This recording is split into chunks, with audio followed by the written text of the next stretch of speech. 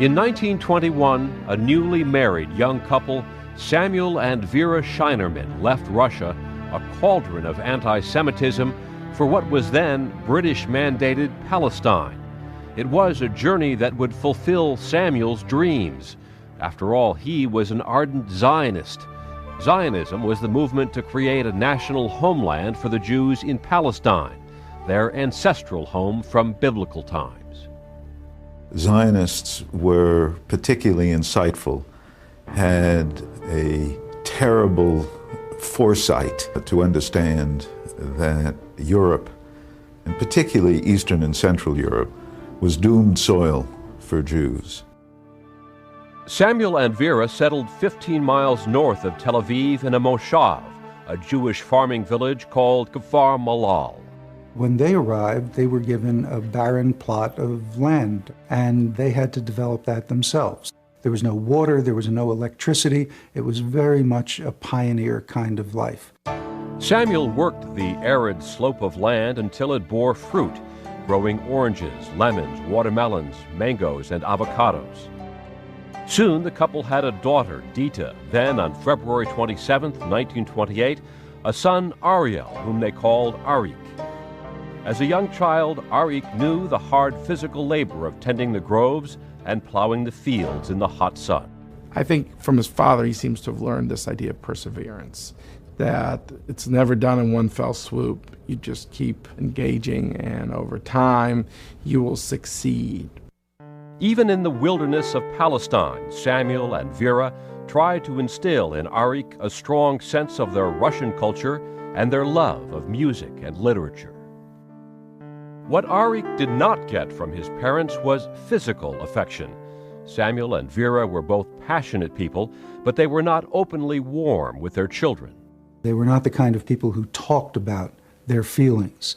They didn't wear their hearts on their sleeves. And I think that Sharon missed the affection, and he missed the overt expressions of love. Vera and Samuel were known for their strong wills. Samuel's stubbornness and independence made him something of an outcast in Kfar Malal, where decisions about planting and harvesting were usually made in common. Samuel was at odds with his neighbors over everything from avocados to where to place the fence around his land. In fact, the Sharon family was the only family on the settlement that actually built a fence, at least initially. And that really, in some way, symbolized the Sharon family's relationship with their neighbors. The one thing that did unite all the families in the village was the Arab-Jewish struggle over Palestine. The Arabs opposed the immigration of the Jews, and by the 1930s, there were frequent attacks on Jewish farms and villages. Arik and his family and neighbors were always vigilant against attack. By the time Arik was 13, he was helping to guard the fields at night, armed with a club and a dagger, nights that made him feel strong and in control.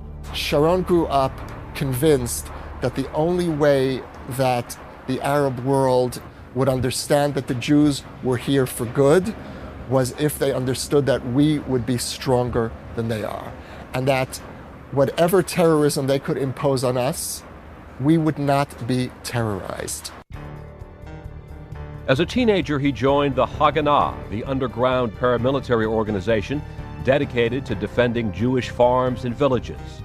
Arik learned intimately the terrain of his region, every hill, valley, and stream, knowledge that would become his obsession and serve him for a lifetime. He soon realized that he was a good soldier, and that the men in his platoon had confidence in his ability to lead them into action and to get them out. Sharon was not just admired by his soldiers, but also loved by them, because they knew that he would never ask them to do anything that he himself wasn't prepared to do. And everything that Sharon tried to do as a commander was to convey calm, determination, victory. At the end of World War II, the UN announced the formal partition of Palestine to establish two states, one Jewish, one Arab. The United States delegation supports the majority plan which provides for partition and immigration. Sharon and the people of Kfar Malal poured out onto the main street, dancing and singing. But the Arabs rejected the partition plan and vowed to stop it.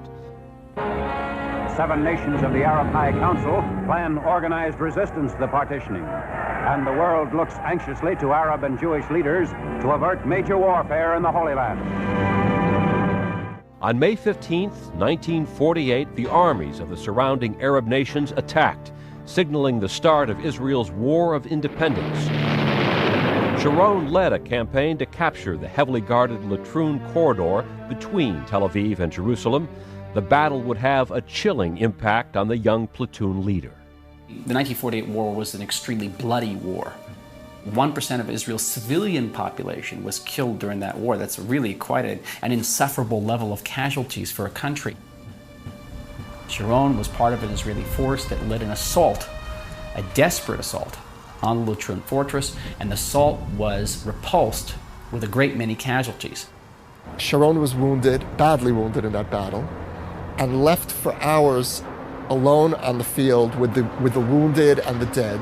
What Sharon learned from that battle was, first of all, never trust your superiors, because you will always understand the strategic needs better than they will. What he also learned was never leave the wounded on the battlefield. And finally, what he learned was never retreat. In the end, Israel survived, but the grim combat devastated the new country. Many of the men in Sharon's platoon were wounded or killed, and Sharon lost some of his closest friends. In 1952, Sharon decided to take a leave of absence from the army to study Middle Eastern affairs at the Hebrew University in Jerusalem. Now he also had time for a private life.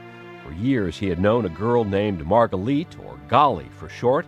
She was working as a psychiatric nurse in Jerusalem and in Sharon's eyes had grown into a strong and graceful young woman. Before long, they were making plans for the future. On March 29, 1953, they were married by an army rabbi. You look at pictures of her, and she has a kind of sparkle in her eyes, so you get a sense of vitality there. She was obviously full of life.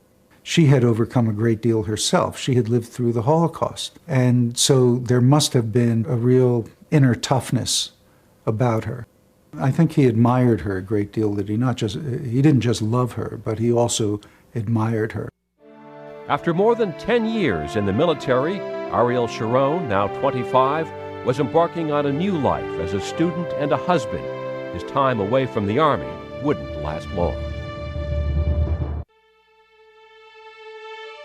In 1953, a newly married Ariel Sharon was enjoying his time as a student in Jerusalem. But in the spring, his time away from the military was suddenly cut short. There was an ongoing stream of Arab attacks against Israel, and Prime Minister David Ben-Gurion wanted to create a secret commando unit to retaliate quickly at night. The man picked to lead the elite, highly trained force, called Unit 101, was Ariel Sharon. I think in the military, his goal was be more daring. Try the unconventional. Don't get stuck in routine. Work harder. Drive yourself further.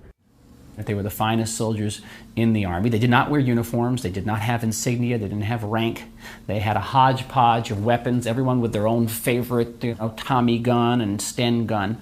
And they operated with really quite devastating efficiency. One of Unit 101's first actions would be its most famous, a retaliatory raid against a village in Jordan called Kibbia. 2 Arab gunmen there had crossed the border into Israel and killed an Israeli mother and 2 infants. For Israel, Kibbia was to be a lesson to the Arabs. No longer would Jewish blood be shed with impunity. There would be a heavy price to pay. Sharon's unit entered the village at night, cleared the houses, and blew up 42 buildings. The next morning, the news came out that almost 60 villagers had been killed, and they had been hiding in the houses. So there was a very significant civilian loss of life. It was a terrible and very tragic situation. In all, 69 Arab civilians died.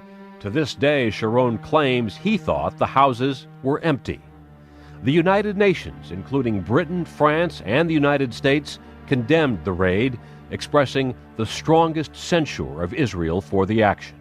This particular action has gone down as an example of Sharon's ruthlessness. However, it was entirely consistent with Israeli policy, which was to galvanize the Jordanians into closing down their border, making sure that Palestinian guerrillas didn't get into Israel. And it worked by and large. The following year, Unit 101 merged with a paratroop unit. For 3 years, Sharon's paratroopers carried out almost every operation undertaken by the Israeli army, some 70 operations altogether. The paratroopers were very prestigious. For a long time, we had the absolute monopoly over real action in the army. For every action, it was only the paratroopers, always. At 26, Sharon was emerging as one of the architects of Israel's security and retaliation policy and gaining the attention of Prime Minister David Ben-Gurion and Chief of Staff Moshe Dayan. Ben-Gurion liked him. Ben-Gurion thought that he is a man who is changing the nature and the mood of the army after the War of Independence. Dayan liked him then. Dayan said that he prefers this kind of an horse than which is trying to rush forward, than a horse that he has to just push him. And Sharon was the best horse for Dayan. Though still a junior officer, Sharon was also gaining a reputation as stubborn and difficult. Like his father, he was strongly opinionated. Generals bitterly complained about him to Dayan and Ben-Gurion, but they thought Sharon was too valuable to lose. Sharon's commanders were deeply ambivalent about Sharon. On the one hand, here's this guy who conveys contempt for his superiors, who continually undermines their authority to his own men, who mocks their capabilities, their intelligence, their strategic abilities, and who repeatedly lets them know that he could do the job much better than they can. On the other hand, whenever they have their backs to the wall, the guy who they invariably turn to is Sharon. They turned to Sharon in Israel's 1956 Sinai campaign against Egypt. Sharon's paratroop brigade was ordered to do reconnaissance in the Sinai's Mitla Pass and to not engage the Egyptians. But Sharon's men became involved in a bloody firefight in the pass. 38 of his men were killed, a terrible toll in a war in which total Israeli casualties were only 231.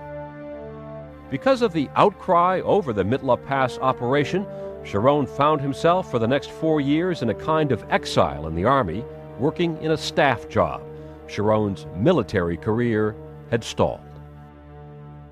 But by then, events in Sharon's personal life were taking over. On December 27, 1956, Gali gave birth to a son whom they named Gur. And I think he took to fatherhood very naturally, possibly because growing up with his parents, he felt this lack of overt affection. I think all of those feelings that he had for other people really came out. They overflowed. Still in the Army, Sharon began working toward a law degree at Hebrew University. By the spring of 1962, he was well on his way toward earning it when he suffered a devastating loss. In May of that year, Gali, now a supervisory nurse at the Ministry of Health in Jerusalem, was driving to her job when she was hit head-on by a truck. She died within hours. In their grief, Sharon and his 5-year-old son, Gur, grew even closer. Judging from the pictures, he looked a lot like Gali. So especially after Gali died, that was his connection. Yet Sharon could see he could not provide all that Gur needed. It was then that Gali's younger sister Lily came to take care of the young boy. In that time, she and Ariel also grew close. Their friendship soon blossomed into love, and they were married a year later. Soon they gave Gur 2 younger brothers, Omri, born in 1964, then Gilad, born in 1967. After several years out of favor with the military, Sharon was finally promoted to Major General in 1967 and within months found himself back on the battlefield. On June 5th, Israel launched a surprise attack on Egypt, destroying its aircraft and airfields. The battle then moved to the ground. Sharon led his troops through the blistering Sinai Desert to break through the Egyptian fortifications in the Sinai Peninsula. This he did with a brilliant operation that involved really assaulting massive Egyptian fortifications head-on. To this day, in military academies around the world, Ariel Sharon's Operation Katef is studied as a classic case of military genius. The Six-Day War of 1967 stunned the world. The tiny nation of Israel had defeated Egypt, Syria, and Jordan. Israel conquered enough territory to more than triple the size of the area it controlled, including the Gaza Strip and the West Bank. The Jewish quarter of the Old City of Jerusalem was captured for the first time in nearly 20 years. Jews, including Sharon, returned to the holiest site in Jerusalem, the Western Wall, and Sharon traveled on horseback throughout the country with Gur, who at 10 was turning out to be a lot like his father. Just weeks later, Gur would be dead. On October 4th, 1967, on the eve of Rosh Hashanah, the Jewish New Year, Sharon was at home when he heard a shot ring out. He rushed outside to see his son covered with blood. A neighborhood boy had shot Gur in the face while playing with an antique gun. Sharon knew immediately that it was a fatal wound. He had seen a lot of wounds. But you hope against hope. And he picked up Gur and he yelled for help. A car drove up and he died on the way to the hospital. He died in his father's arms.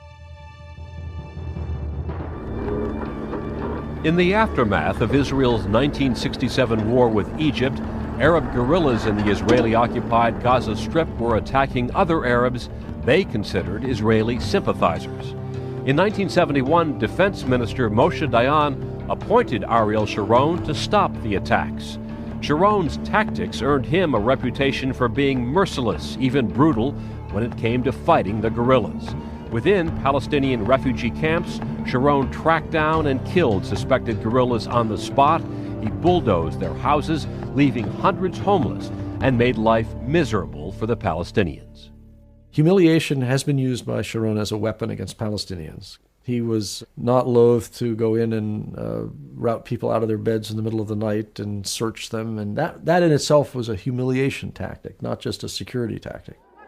I don't think he ever has understood that it is deeply infuriating to Palestinians to be under that kind of occupation.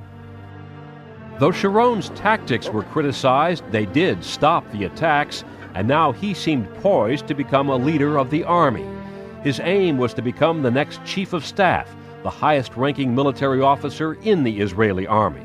But in 1973, Sharon was passed over for the position, in part because of his difficult relations with others. He wasn't part of that kind of suburban Tel Aviv general who would have cocktails and then mix easily with the politicians and be part of the elite of Israeli society. And that set him apart. Sharon decided to resign from the army and enter politics. With right-wing leader Menachem Begin, he helped found the conservative party, the Likud. Just 3 months later, on October 6, 1973, Egypt and Syria launched a coordinated surprise attack on Israel. It was Yom Kippur, the holiest day in the Jewish calendar, and Israel was unprepared for the onslaught. The next day, Sharon was leading a reserve armored division to contain the Egyptian advance. The task would be difficult. Israel faced a desperate situation on both fronts and had already suffered enormous casualties. The soldiers were tired and I think even afraid, and General Sharon asked everyone to come around him, and he told the soldiers, "Hey, go and raise yourself and begin to look like soldiers. Brush your shoes, raise yourself, and put your head, don't be afraid. And you could sense the change in the atmosphere. And when he finished, someone shouted, Arik, the king of Israel. Arik Melech Israel. On October 15th, the Israeli general scored his greatest military success. While his forces fought a massive and bloody tank battle, Sharon led 200 tanks and 5,000 men through a gap between two Egyptian army divisions. He secured a bridgehead and crossed the Suez Canal, trapping the Egyptian Third Army Corps. It was a turning point and would win the war for Israel. Well, it was very audacious. There were hours there and even days of intense peril that he was able to weather. Ariel Sharon emerged from the Yom Kippur War a military hero of the first magnitude. His soldiers hailed him Arik, King of Israel, a name that would stay with him as he now entered politics. Retired from the army, Sharon was elected to the Knesset, but his transition into politics did not go smoothly. He was arguing with people who had no sense of what it was like on the lines, who had never sacrificed themselves for the country in the way that he had. I think it took him a long time to get used to that. In 1977, newly elected Prime Minister Menachem Begin made Sharon Minister of Agriculture. It was not considered an important ministry. Sharon turned it into a vital seat of power. Sharon took over the administration of Jewish settlements, small Jewish communities, in Israeli-occupied areas and aggressively enlarged the Israeli presence there. In 1977, approximately 5,000 Jews lived in the West Bank. By 1981, the number had more than tripled. One should get up and start. So I got up and started. For Sharon, the settlements were a question of security. He believed that each settlement was a defensive position which would help protect Israel. The settlers, many of them, believed that God had given this land to the Jews, and they cited the Old Testament as the deed. But Sharon never waved the Bible. He waved maps. He showed how important it was from a security standpoint for Jews to hold that land. And that was his purpose. Security is his ideology. Sharon won the renewed support of the Israeli right for his image as a fighter for a strong and complete Israel. But Israel's new settlement policy drew criticism from abroad and would continue to be a source of deep conflict with the Palestinians. The Palestinians saw their land, what they felt was their land, being taken by Israeli settlers who would come up to the top of a hill, put trailers down. The Palestinians looked at this and felt that the Israelis were settling in indefinitely, that this occupation after the '67 war was not going to be temporary at all. It was going to be permanent. And that's exactly what Sharon wanted. Sharon had embraced his work in agriculture. Still, the job he long coveted was Israeli Minister of Defense. He was awarded the position in 1981. Ironically, one of Sharon's first duties as defense minister was dismantling the Israeli settlements he had set up in the Sinai Peninsula as part of Israel's peace agreement with Egypt. In the town of Yamit, Jewish settlers fought their own army during the eviction. Sharon succeeded in removing the settlers. Then, rather than hand the buildings over to the Egyptians, Sharon had them bulldozed and earned a nickname in the process. It makes sense that his nickname would be Bulldozer because he doesn't stop unless you really put a big obstacle in front of him. I mean, he really is a difficult man to persuade reasonably to stop a policy that he feels is in Israel's interest. The name stuck. And I think it stuck partly because it seemed to crystallize something. He was a powerful and aggressive personality. For the Palestinians, the nickname Bulldozer took on a different meaning. Israelis, when talking about Sharon as a bulldozer, they are trying to say that he is pushing things, he is a man of performance. But when Palestinians hear the word bulldozer, they very much remember bulldozer killing and destroying houses. Bulldozer in the worst meaning ever apprehended by Palestinians. As defense minister, Ariel Sharon had become a political asset to the right. That would soon change with a war that would sap the nation's morale and bring about the lowest point of Sharon's career.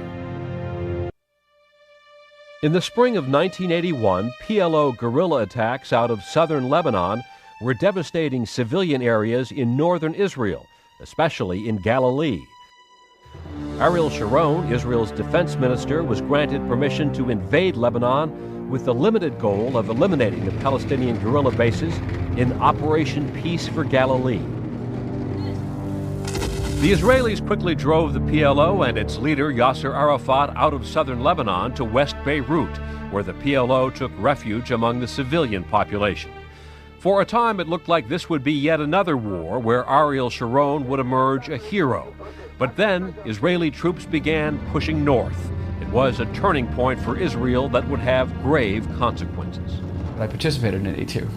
After we reached the 40-kilometer mark, we were suddenly given orders to proceed further northward, and at that point questions began to enter. The general feeling was that we were no longer fighting a purely strategic or tactical war, but a political war. The Israelis bombed and shelled the PLO in West Beirut, and soon reports of civilian casualties from these attacks began to mount. In Israel, Sharon was blasted for the attacks. This was the first beginning of a crack in the will of Israelis to fight a war which they began to feel was not a war of necessity any longer, but a war of choice. This began to affect the Israeli public much the way the Vietnam War affected the American public. Questions were being asked, are we doing the right thing? Is this a moral war? Then, on September 14th, Lebanon's president-elect, Bashir Gemayel, was assassinated. Gemayel was the leader of the Lebanese Christian Phalangist militia, allied with Israel, and some thought the Palestinians had played a role in his murder. 2 days later, Israeli troops allowed the Phalangist militia to enter 2 Palestinian refugee camps, Sabra and Shatila, to root out the remaining Palestinian cells operating there. The Phalangists went on a killing spree, avenging the murder of their leader. When the Israeli soldiers finally ordered the Phalangists out, they found 700 to 800 dead, including 35 women and children. The horrifying pictures of the massacre outraged the world and much of the Israeli public. There were scenes of whole families having been killed around their dinner tables, men still with their wrists bound with bullets through their heads. So it was a massacre in the truest meaning of the word. A wave of protest swept through Israel, bringing out a reservoir of anger and hostility toward Sharon, who headed the operations in Lebanon. The outpouring of moral outrage in the public was almost exhilarating. It made you think this is a country that has some very fine moral fiber about it. 5 months later, the Israeli Kahan Commission investigating the massacre concluded that Sharon shared an indirect responsibility for what happened in the Beirut camps. They charged that while there was no evidence that Sharon knew of the massacre in advance, as defense minister, he should have anticipated the violence after the assassination of Gemayel. It recommended that Sharon either resign or be dismissed. The absolute low point in Sharon's life was when he was essentially thrown out of the defense ministry. At the very moment when he's reached the pinnacle of military authority, he's forced to resign in disgrace. He was appalled. He was absolutely appalled. He felt very strongly that they needed some kind of political scapegoat, that he was the chosen scapegoat, and I think it was something that he resented very, very deeply. Now, all he'd worked for had ended. After leaving the defense ministry, Sharon took refuge with his wife, Lily, at Sycamore Farm, his 1,000-acre sheep and horse ranch in southern Israel. In his blood, he's a farmer. He's been a farmer since he was old enough to think. And that was where he went back to. And I think he took a great deal of comfort in that. What also pulled Sharon through this very traumatic period was his relationship with his wife, Lily. By all accounts, this was an extraordinary marriage, a deep love affair. And the Sharon whom we, the Israeli public, knew as almost a kind of a bully, the Sharon in his private life was actually the exact opposite. A man with a deep sense of humor, a man capable of deep affection to his family. Despite his political ouster, Ariel Sharon refused to keep a low profile. On November 23, 1983, Sharon filed a $50 million libel suit against Time magazine for an article about the massacre at Sabra and Shatila. Sharon complained that the article implied that he had encouraged the massacre in a secret meeting with the family of slain Lebanese President Bashir Gemayel. The jurors found that Time had printed false and defamatory statements about Sharon, but had acted without the actual malice needed to sustain a libel verdict. It really was a victory because it was proof, at least as far as the American courts were concerned, that he was not responsible for that terrible event in the way that Time had said he was, or had suggested that he was. In the 1980s and 90s, Sharon held a number of minor but key government positions, but his real power was behind the scenes. Even after his dismissal, he remained an appealing figure to much of the political right, and that support gave him real strength. Well, I think for many Israelis, he was a political pariah after he resigned. But for those who were the most zealous settlers, for example, he was a hero still. Sharon remained such a political force within his Likud party that in 1996, Prime Minister Benjamin Netanyahu, his political rival, was forced to name him foreign minister. It was a stunning comeback. When Netanyahu's term ended in 1999, Ehud Barak became prime minister. Unwittingly, Barak would turn out to be the agent to Ariel Sharon's ascension to power. In the spring of 2000, Israeli Prime Minister Ehud Barak was involved in peace negotiations with Palestinian leader Yasser Arafat and U.S. President Bill Clinton. How is it going, Mr. President? Ariel Sharon, usually a vocal critic of the peace process, seemed unusually quiet. Sharon was occupied with other deeply personal matters. Lily, his wife of nearly 40 years, had been diagnosed with cancer, and now he was by her side as her illness worsened. Lily died on March 25, 2000. As Sharon recovered from his loss in the following months, the mood in Israel grew bleak. In July, Barak shocked the Israeli public with what many considered to be astonishing concessions. But even more stunning to some Israelis was Yasser Arafat's rejection of those concessions. Prospects for peace were beginning to seem remote. It was in this climate that on September 28, 2000, Ariel Sharon made a controversial visit to the Temple Mount, a shrine sacred to both the Muslims and Jews. When Palestinian demonstrators began throwing stones down at Jews praying at the Western Wall, the Israeli police fired into the crowd, killing 4 people. Sharon was simply exercising his right as an Israeli citizen. But of course, Sharon has more blood on his hands than any other Israeli citizen, from the Arab standpoint. So the suspicions that many Muslims have, that the Israelis have designs on that site, that they want to build another temple there, that they want to expel the Muslims, all those fantasies were reinforced and symbolized by Sharon's visit. The fighting that erupted that day signaled the beginning of the Al-Aqsa Intifada. As the bloodshed increased, the peace process completely collapsed, and Israelis blamed Yasser Arafat. But Barak had lost the nation's confidence, and on December 10, 2000, he resigned, triggering a special election. Sharon was now ready to try for the top spot. No matter how criticized and beaten down and marginalized and slammed into a closet he's been, he always had that optimism and that kind of a sense that I'll be back, there'll be a moment for me, and I'll be ready. Sharon's campaign, closely shepherded by his son Omri, portrayed him as a benevolent grandfather. He campaigned against Barak's concessions and pledged to find peace for Israel. A dispirited Israeli public embraced the well-known hardliner. In February 2001, Ariel Sharon was elected Prime Minister of Israel by the largest margin in Israel's history. I would say that Arafat elected him as Israeli Prime Minister because of the terror, because of the bloodshed.